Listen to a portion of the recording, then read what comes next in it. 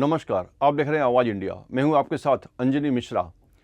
महाराष्ट्र के डोंबिवली के KDMC के शास्त्री नगर सरकारी अस्पताल में प्रसव डिलीवरी के लिए एक 26 वर्षीय सुवर्णा अविनाश सरोदे नाम की महिला की मौत का मामला सामने आया है। मृतका के पति और परिजनों का आरोप है कि डॉक्टर की लापरवाही से सुवर्णा की मौत हुई है। मिली जानकारी के मुताबिक डोंबिवली पश्चिम के रहने वाली 26 वर्षीय सुवर्णा अविनाश सरोदे गर्भवती थी।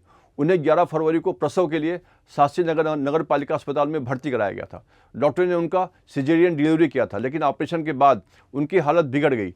डॉक्टरों ने खून की कमी बताकर उनका और इलाज शुरू कर दिया। कुछ देर बाद उन्हें बाहर लाया गया और बताया गया कि उनकी सेहत में सुधार होगा, लेकिन उनकी हालत में कोई सुधार नहीं हुआ। सुवर्णा की हालत ज़्यादा खराब होने के बाद डॉक्टरों ने उसे तुरंत सायन सरकारी अस्पताल में भर्ती कराने की सलाह दी। हालांकि इस बीच उनके परिवार को एहसास हुआ कि डॉक्टरों ने बिना पति से पूछे महिला का गर्भाशय निकाल दिया है। परिवार का आरोप है कि डॉक्टर ने बिना किसी सलाह के ऐसा काम किया है। मृतक महिला के पति ने आरोप लगाया है कि हमें कई घंटों तक पत्नी से मिलने नहीं दिया गया और पत्नी के मौत के 4 घंटे बाद हमें बताया गया।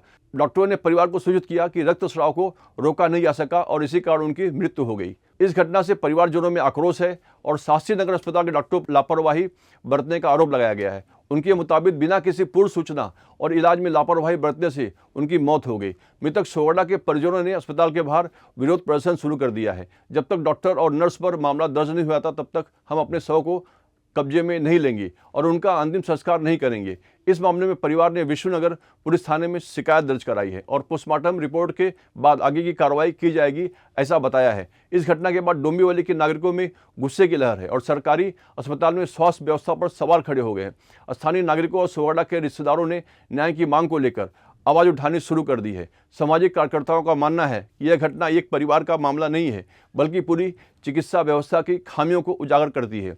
सुवर्णा के परिवार समेत डोंबिवली के नागरिक मांग कर रहे हैं कि मामले की गहनता से जांच की जाए और जिम्मेदार डॉक्टरों के खिलाफ कड़ी कार्रवाई की जाए। हे एकदम सत्य आहे। डॉक्टरांचा हलगीकरणामुळेच एका आमच्या मुलीचा मृत्यू झालेला आहे आणि आज गेली 8-10 तास इथे समाज लोक कार्यकर्ते महिला उपस्थित असताना सुद्धा पोलीस प्रशासन का विलंब लावतं गुन्हा दाखल करण्यासाठी?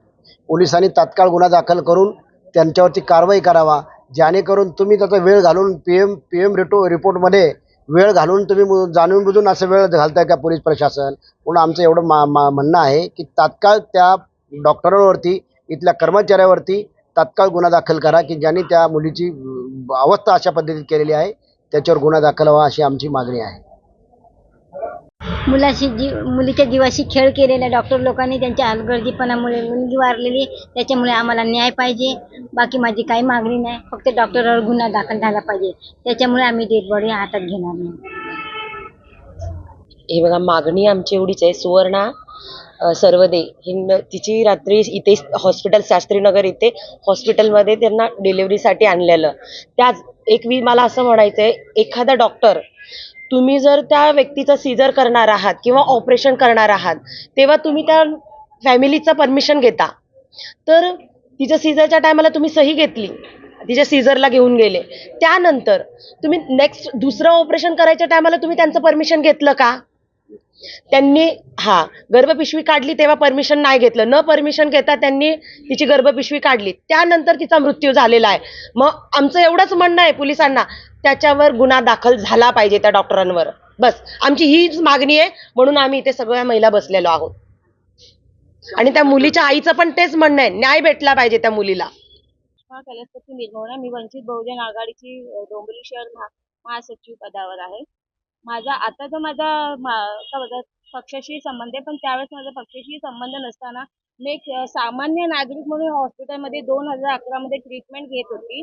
त्यावेळेस मला पण लेबर पेन होत होतं, माझ्या शरीरात खूप वाईट पाणी जात होतं।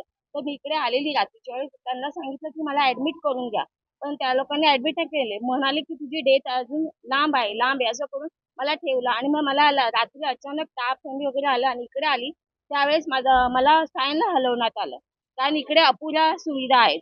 मग मला सायनला नाही, पण माझ्या बेबीला आतमध्ये सफोकेशन झालं, त्याला ब्रीथिंग घेण्यात प्रॉब्लेम झाला आणि सायनला बेबी लिटरली 7 डेज ते कोमामध्ये बेबी गेलेलं।